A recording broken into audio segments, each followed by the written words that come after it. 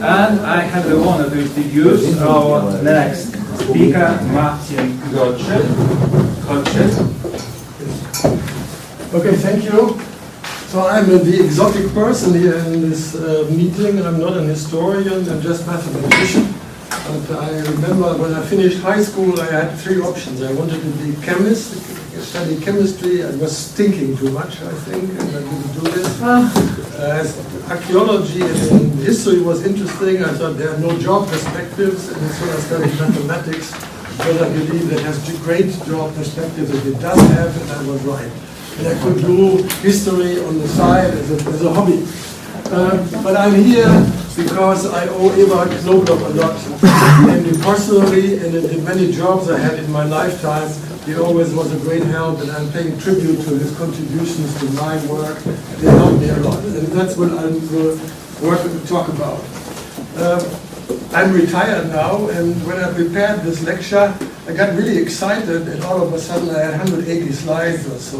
And I thought, tried out, it was 1 hour talk, now I reduced it to 45 minutes, so I will speak faster and I'll do it in 30 minutes. Okay? So here's what I will speak about, and I want to begin with our first real serious encounter. Namely, this was for the International Congress of Mathematicians 1998, and this is a paper that Eberhard wrote.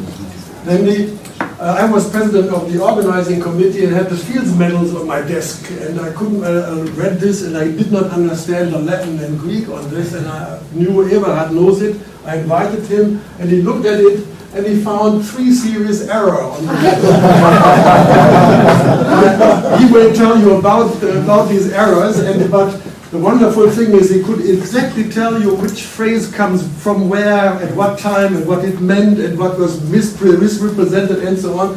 And he found a real minting error, Prägefehler, which I will show you now in the next thing. Namely, this is the date, MCN, and that's not a Latin date, and there was an M, and so he published this paper about it, and I think this is fun. But it's still the same medal because the original is in the Royal Canadian Mint in Canada, and they could mint it every 4 years, again for the next Fields medalist.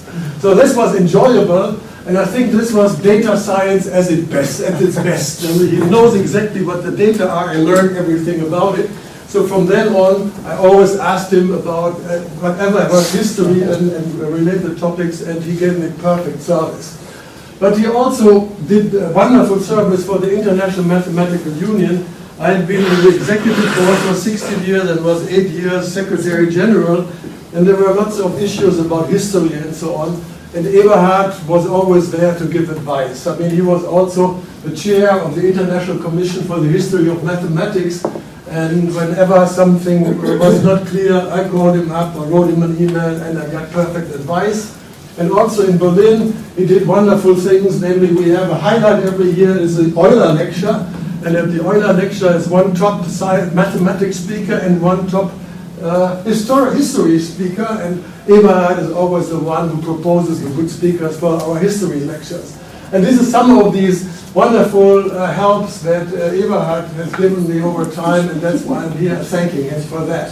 But I was also in the board of directors of the Berlin-Brandenburg Academy of Sciences, and for 5 years I was president, and Eberhard had incredibly many functions in that. This is only the organizational stuff that he had. But here are this research project he was involved in, and some of them we will hear about Leibniz project and so on, and the red ones that are marked will be also mentioned in my talk. I will not go into the details. I just want to impress you about the work he just did on the side. I mean, there was just, and that's not nothing in his main work. So I begin with my presentation that I gave at the 65th birthday he had, which was 15 years ago, as you can imagine. And I was interested in the history of algorithms in those days because at this time there were 4 interesting algorithms that exist in optimization. That is my field. I am doing optimization and discrete mathematics, where people discovered that the named algorithms had already been invented years before by somebody else. Okay, and this was often in forgotten papers or later published papers, or they were not designed as an algorithm, was just a text. And so I wrote about that, and I tried myself to look into this and figured out there's not really so much known about the history of algorithms. And in particular, in computer science, people really don't care. But I fortunately found a few now who are interested. One is Friedemann Matern from ETH Zurich, and he gave me his collection of 770 slides from the talks he gave about this at the dawn of digital age, and I'm just presenting 2 or 3 of them. Namely, he figured out work of Moritz Cantor, which I had not known. This is a long story, but basically Cantor mocked the many attempts to explain the origin and meaning of the term algorithm and the spellings of the name. It was interesting to see about what the different names during which period of time were that. I didn't know that. And he also found Julius Ruska was a professor in Heidelberg and director of the Berlin Forschungsinstitut für Geschichte der Naturwissenschaften, who recorded all the versions of Al-Khwarizki's name, who is the person to whom algorithm is attributed nowadays. And he said it's like if you for wallpapers, or like you have a sample card of paraphrases of his name. And that was very interesting to read this, and that I found from later. And also Matern, and you may disagree, and that's why I'm here, you may know this much better, said that Leonhard Euler was the first who gave an algorithm in the modern sense of the word in this paper, de uso novi algoritmi di problemate Peliano solvendo, and as is very often the case, the attribution was erroneous. It was not by Pell's problem, that the problem is much older by somebody else. But what Euler wrote here is, according to Matern, the first published algorithm in the modern sense. And he also wrote a little note about where algorithm existed, to which period of time and what it meant. And he thinks only since 1950 about is algorithm used in the way we mathematicians and computer scientists think about that today. And what I did, the Academy has the project Digitales Wörterbuch der deutschen Sprache, and they have a corpus of all journals, Zeitschriften of all kinds of many years, and I looked up the use of the word algorithms in newspapers, and it starts in 2003. There were about 0.4 word times in 1 million words. If you take 1 million words in the newspapers, 0.4 words were algorithms, and now it's 4.5 words, so there is a growth of the factor of more than 10 in these 20 years of the use of algorithm in the public literature, that means newspapers and journals and the like, so it became important. And it was a positive thing. Here is a cartoon prize of the German Math Society. What are you going to be in the future? Something with algorithms. And that seems to be something positive. Now the world is changing. We have in England, we have a society that calls fuck the algorithm. It's really a group of people who are going around and fuck algorithms. The algorithm decided my future. I'm pissed off, okay? But the meaning of algorithm is changing again, and it doesn't have such a good connotation anymore. But something new is coming up. A friend of mine, Klaus Trümper, just wrote a book, and I haven't gotten the new one because it just came out and I ordered it via Amazon, who figured out who did really what on logarithms, and really detailed analysis, and finally came to the conclusion that Bürger and Napier both can be called the inventors of algorithms and made different contributions. And on Friday I got the new book of Raúl Rojas, is a Mexican mathematician, who put together the work of all the work that Konrad Zuse has done. According to the German version of history, he's the inventor of the computer, of programming languages, and the concept of computer algorithm. And he proves that he is the first, and usually in the US it is neglected and he doesn't appear there. Anyway, this is good that things are changing. The main research questions I left are in my article, explore the various meanings of algorithms. When does the first algorithm really appear? What is considered an algorithm when? And what is the meanings in math and NCS? And what is most important and very difficult is the implicit algorithms that are in papers, that are written versions, that are proofs of pieces of text, but in truth, they are really algorithms, but they are not designated as algorithms because people didn't think of that. And I have math colleagues who write down clear algorithms and refuse to call it an algorithm because they think it's a proof, okay? And there are many of these texts around. So for instance, Jacobi has invented an algorithm, a combinatorial optimization without knowing it, as an example. So that's it. Now I come to something completely different, namely artificial intelligence, historians, and quantum computing. So the biggest issues in the public domain and scientific discourse are quantum computing and artificial intelligence nowadays. The number of publications is incredible. I mean, in my newspaper, I have every day at least one article about quantum computers and more on artificial intelligence. And there's an awful lot of junk published and fake news. And that is something that is really terrifying. And as a consequence, nobody can read all this material that is coming out. It's just too much, and you cannot come to conclusion what is really trustworthy. And my nightmare is that in future, AI techniques are used to survey these articles, to survey the data, and then come up and say, this is what they knew about algorithms and quantum computing in those days, and how valid will be the conclusions. And the next nightmare is historians will be replaced by AI tools, and this is really a fearful feeling. You all know the large language models and ChatGPT, okay? This is just what I'm talking about, and I made there's a very interesting linguist, Manfred Bierwisch. He's 93 years old, and I meet him every now and then in Berlin. He is a very clear mind, and he asked me to explain to him ChatGPT. And I had dinner with him and explained it to him, and I will say a few words about it. But what people say about large language models is now it's basically impossible to distinguish between human written and text, and this is true in many cases. And similarly, Goldman Sachs suggests that 300 million jobs will disappear because of AI in the future, and suppose it all happens to historians, and this can happen in this way, as I explained. But here I come to Bierwisch. So I asked ChatGPT, do you know Manfred Bierwisch? We were sitting in a restaurant in Berlin, and the result is, yes, I have information about Manfred Bierwisch. He is a renowned German linguist, professor. He was born and he passed away on September 1, 2019. So we were sitting there and we looked at this and said, what? So ChatGPT declared him dead. And that was a real surprise. And the rest was all junk, okay? So I thought for this talk, I'd try this with Eberhard Knobloch. So first of all, I checked whether Eberhard Knobloch is often enough in the literature. I used Google search. The first 6 entries on the Google page when I use the German Wikipedia are 5 Eberhard Knobloch entries. So he must be present in the literature. So I asked now ChatGPT, do you know Eberhard Knobloch? But that's just, Eberhard Knobloch is not a widely recognized public figure. So do you trust this?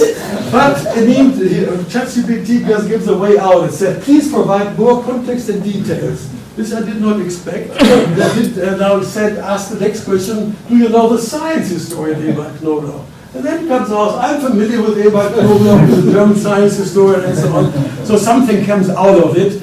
It's not clear whether it's true or not, but these are generic sentences. You can say about everybody in the room, he or she is a science historian or well-known and something like this. So this is really dangerous using ChatGPT and such things. And the next thing is, since many of you have been talking about translations, okay? You translate things from Chinese to something else, and how significant is this translation nowadays? And I have to admit, its translations are very good, but without any linguistic theory. It's just plain statistics and nothing else.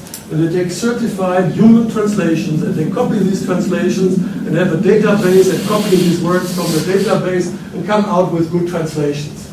But that's not artificial intelligence, this is just standard statistics. So I tried with my favorite statement in linguistics. There is a famous Rupert Firth, a historian. He is known for the following quotation. You shall know a word by the company it keeps. Think about what that means. you may not everyone may be able to translate it immediately, but so I try Google Translator DeepL Babylon in Reverso. First thing, Google Translator sagt into German, Sie werden ein Wort von der Firma kennen, die es hält. Complete nonsense. And when you go backward to English, you will know a word from the company that holds it. And I do DeepL, du sollst ein Wort von der Firma kennen, die es führt. I want you to know a word from the company that runs it. So these are the backward translations, that should be that one. Babylon is told, is it really junk? Sie kennen ein Wort von der Gesellschaft hält. That's not a German word, a German sentence. You know a word from the company, in Reverso, something else. So this is what the problem with this translation is. Namely, if there is something like poetic or stylish or really good language, they cannot cope with it. They cope with the standard literature and they do a really good job. But if you do something poetic, you're in deep trouble. And if you do something scientific, you better care about what they are answering. So compare this with Eberhard's analysis of the translation from Latin into German and the understanding of that of the field balance. So what will be in the history books in the future? You know, you are doing all this church, find historical material, read, translate, and carefully analyze it. But will these ChatGPT guys and translations ever be able to do that? I doubt this, and my fear that the great work is increasing done in history of the sciences is indeed going down the drain with use of this machinery. And it's great help, I do know that. But are they able to answer non-trivial scientific questions? I doubt this. The next big issue is quantum computing. And if you look at what is published about this right now, this is real junk. I mean, hilarious statements, and I will provide one example. And I'm currently fighting this by writing to the people who make these statements. They never answer. But some really famous scientists get mad. Anton Zeilinger, Nobel Prize 2 years ago, wrote me on Friday and said, Martin, are you still doing something about it? It's necessary to get these people quiet, okay? So there are some people concerned. So here is Michelle Simmons. She is from Australia. She was Australian of the Year, not female Australian of the Year, really highly reputed. She said it would take a laptop computer 1,000 years to compute the most efficient traveling salesman tour for 22 cities. A quantum computer can do this in minutes, possibly seconds. Okay, you can think that's probably true. Then a German scientist, Ann-Christine Achleitner, she is the vice president of Akatech, which is a shame, from the TU München. And she said, for 20 city problems of the TSP, that's impossible for normal computers, but quantum computers could do this. And these four researchers have come up with a new quantum chip, and they can now solve 22 cities. Okay, the truth is, my friend Will Cook, who has the best TSP code, traveling salesman code, solved the 22 city problem in 0.005 seconds. Now, if you compare the statement, it takes millions of years to 0.005 seconds, the error is 10 to the 13, and I declare this a world record in mistakes that are ever published in the public media. This is the discrepancy of the real stuff existing in the world and what is claimed. And this is from my PhD thesis from 1975. I solved the 120 city problem in 1975 on a computer with power less than my hand wristwatch. Okay, so and these are people who are scientists, but also have companies on the side and just make popularization of quantum computing in order to boom up their own companies. And this is really fake news, and I hate this. The current world record, just to tell you, it's 110,000 city problems have been solved to optimality, and quantum computers will never be able to solve anything like that. And the point is that the quantum scientists don't understand complexity theory, and they don't read it, and then they come up with statements that quantum computers can solve all problem classes not solvable on classical computers. I mean, they don't even know this most trivial stuff in complexity theory, that there are undecidable problems, for instance, that doesn't appear the problem to them. And this is what I'm afraid of, and that's the newspapers are full of this shit. And now the large language models will read all this and think, oh, this is what quantum computers can do. Okay, that's it. Now I come to a question to our students about quantum computing. We know how they produce their texts. So, now comes my real stuff. Namely, I studied complex analysis when I was a student. I proved a theorem that was actually by Élie Cartan for complex numbers, and my supervisor told me to prove this in power series rings over non-Archimedean fields or something like that. And I did this, and after I finished it, I said, well, is anyone interested in this? I said, well, maybe the physicist in 100 years. He said, that's not my business. I want to have, mathematics is so important, we have to give it to the world and make use of it. It's a sin not to use mathematics. And I decided to now go into applications, and that was the right decision. And here are examples of things we are optimizing. If you are in Berlin, the drivers and the buses are sitting there because an algorithm that we developed decides which driver sits in which bus during which period of time. The same, we do the scheduling for the S-Bahn, or in Munich, we route the ICE trains, we do the tele-assignment for Lufthansa and all the like. So, and there are several spin-off companies from my group that do the software. They do channel and frequency assignment for Nova Networks, another company. 10 of my PhD students are in there. This is network design, this is routing of gas pipelines, this is hyperthermia project, it's medical stuff, control of magnetic fields for crystal growth, chip design, and I wrote a book together with 2 colleagues about mathematics as a production factor in engineering. So there is a lot of that around, and it's a very successful. There are companies I work with, just to give you one, that is not nonsense, that's not the empty set I'm talking about. And here is what I like about this kind of research. Namely, we start out with a real problem. The real problem can come from another science, can come from companies or what else, and you do mathematical modeling of the problem. That is difficult. You need a practitioner or specialist, and you have to do it several times before you come out with a good model. Once you think you have a model, you do quick checks, heuristics, and if this model is solved, it probably solves the real problem. Then you look in the book or in the software domain you have, if there is literature about it in software, the problem is solved and you don't care. But during my period of time when I was doing this, there were many, many problems unsolved. So you have to develop mathematical theory to understand these problems. That drives mathematics as a subject. It's pure mathematics. Then you design good algorithms, you implement them, and you do computer science. Then you make numerical solutions, and you check the simulation of this is good. If it's good, it solves a real problem, you are done, everybody is happy. If not, you have to reiterate, and you better don't do it too often because then the problem disappears.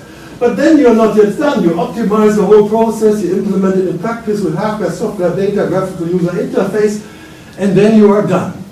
And that has really worked for the last 30 or 40 years. I'm very happy about this. But the question is, when you have humanities problems, this is about engineering and problems in management science and the like, you are still sitting in this corner here, and you don't get further. And that is what my concern is, and I will speak about that a little more in the details.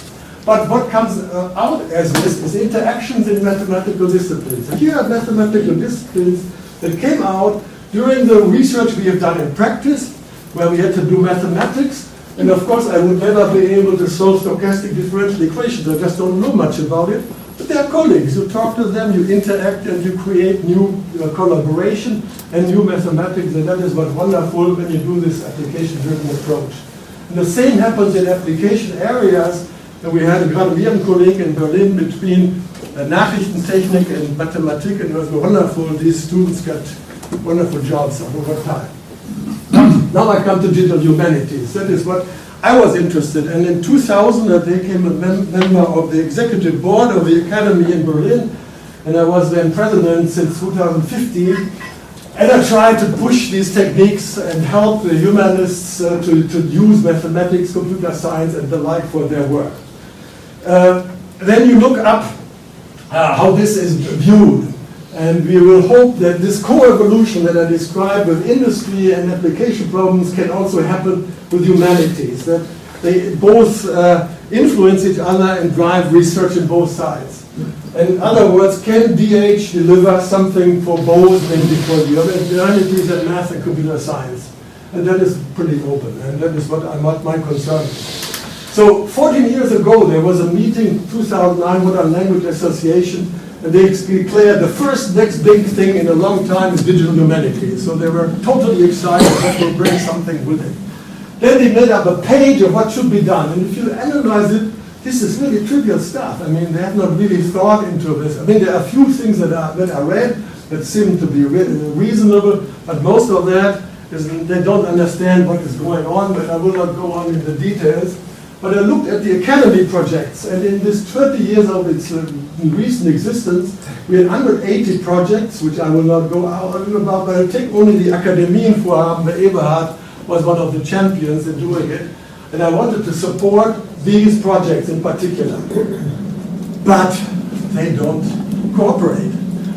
This is one of the problems. Look at these two. Inscriptionem Latonarum and Inscriptiones Graecae. They started in 1815 and still exist. And they are the 1850 sign and still exist. I was the first one to organize a workshop for both of them together. Can you imagine this? They don't think that they should talk to each other. We're sitting next to each other, but never thought about it. Because I told them you have to look for metadata, storage, archiving, curation of data, and all this stuff.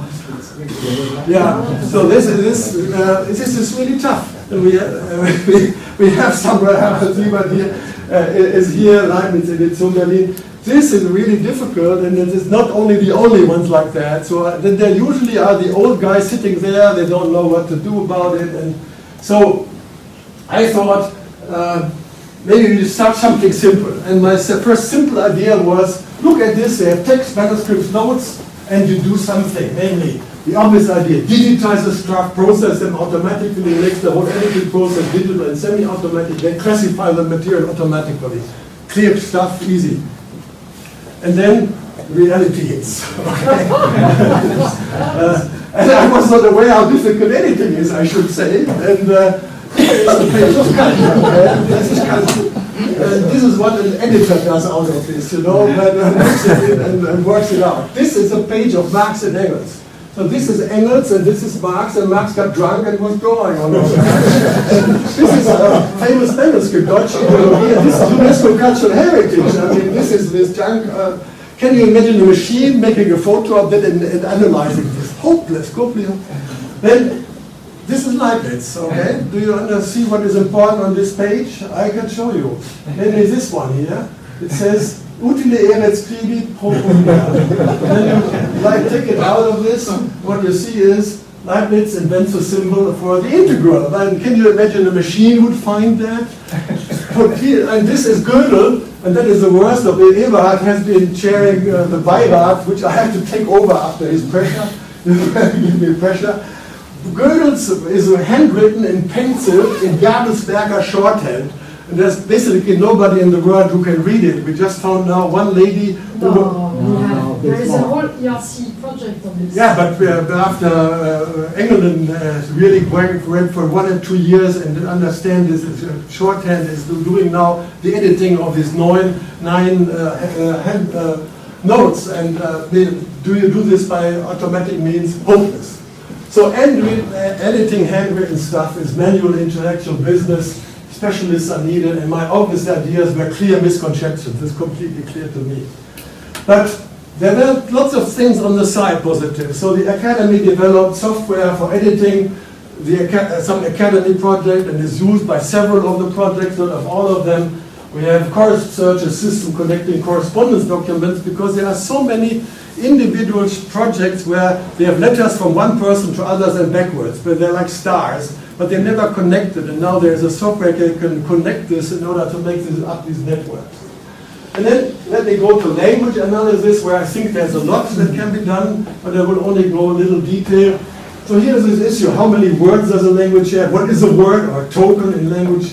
Language corpora, what are good corpora? How do you have translation, stylometry, topic modeling, and the like? So there's mathematics going on, but I don't go into detail. Just recently a new article showed up, Graph Neural Network for Natural Language Processing, a survey, 150 pages of the details that are going on. I just want to give you one example that what we did with the digitale Wörterbuch der deutschen Sprache. So the question, how many words does the German language have? Anyone make a guess? No answer to this question. Yeah. Infinity. Okay, so we have been counting Arab. We have now a database for 23 billion German words from a good corpus that was designed.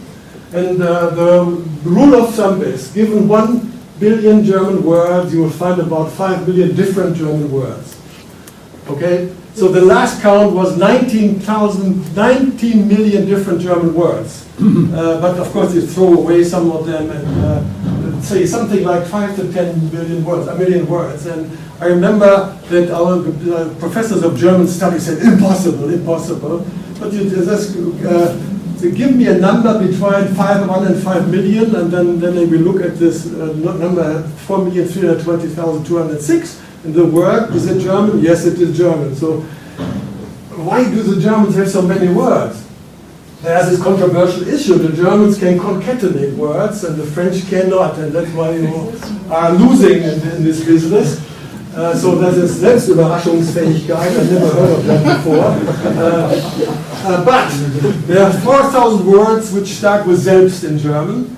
But what you figured out is 70% cannot be understood from the concatenated words. Maulwurf or so, you have no idea what it is. I really try to explain it with Kindergeld in German. It is Kindergeld, and children, money. The parents get money when they have children. And we in German have Elterngeld. What is that?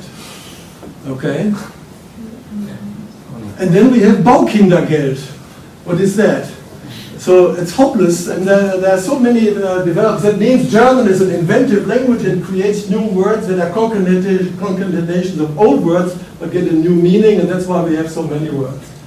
And then we have a Zentrum für digitale Lexikographie der deutschen Sprache, who is going to do all this. And then finish with language, and I go, do I have more seconds or not? Yeah, but the time is over. Okay, let me just say one thing about Flinders Petrie. Flinders Petrie actually is an archaeologist who was digging in graves in Egypt, and he wanted to find the sequence of the graves in time. And he invented the traveling salesman problem in those days. He invented the Hamming distance before Hamming invented spark matrix techniques. Of course, he did not publish it like this, but when you read this material, you figure that out. And I wrote a paper about it, and that was quite interesting, just to give you about that. But let me please finish with my last questions. So this is what.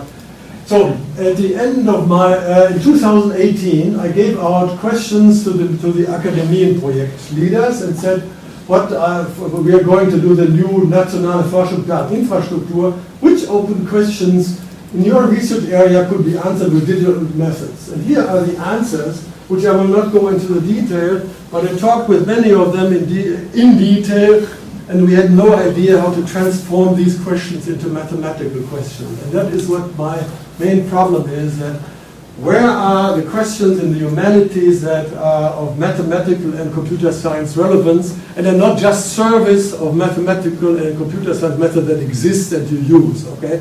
There's nothing wrong with doing the service, but that's not good to do research. Researcher will not be happy to do this all the time. He would like to do something else.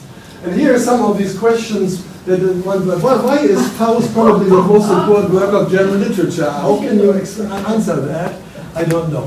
So my basic question is this, put briefly. What epistemic possibilities arise from the application of algorithms to humanities sources? And the general problem is that there's perplexity about this among most humanities scholars. They are untrained in thinking in mathematical models. I mean, they never learned it. I mean, they're complaining about it. And the specific use of algorithms, there's an M missing. And computer scientists and mathematicians are not familiar with issues investigated in the humanities and the method of dealing with them. And they have not found a language to talk to each other in order to come up with something significant. Let me finish with this, and thank you for your attention.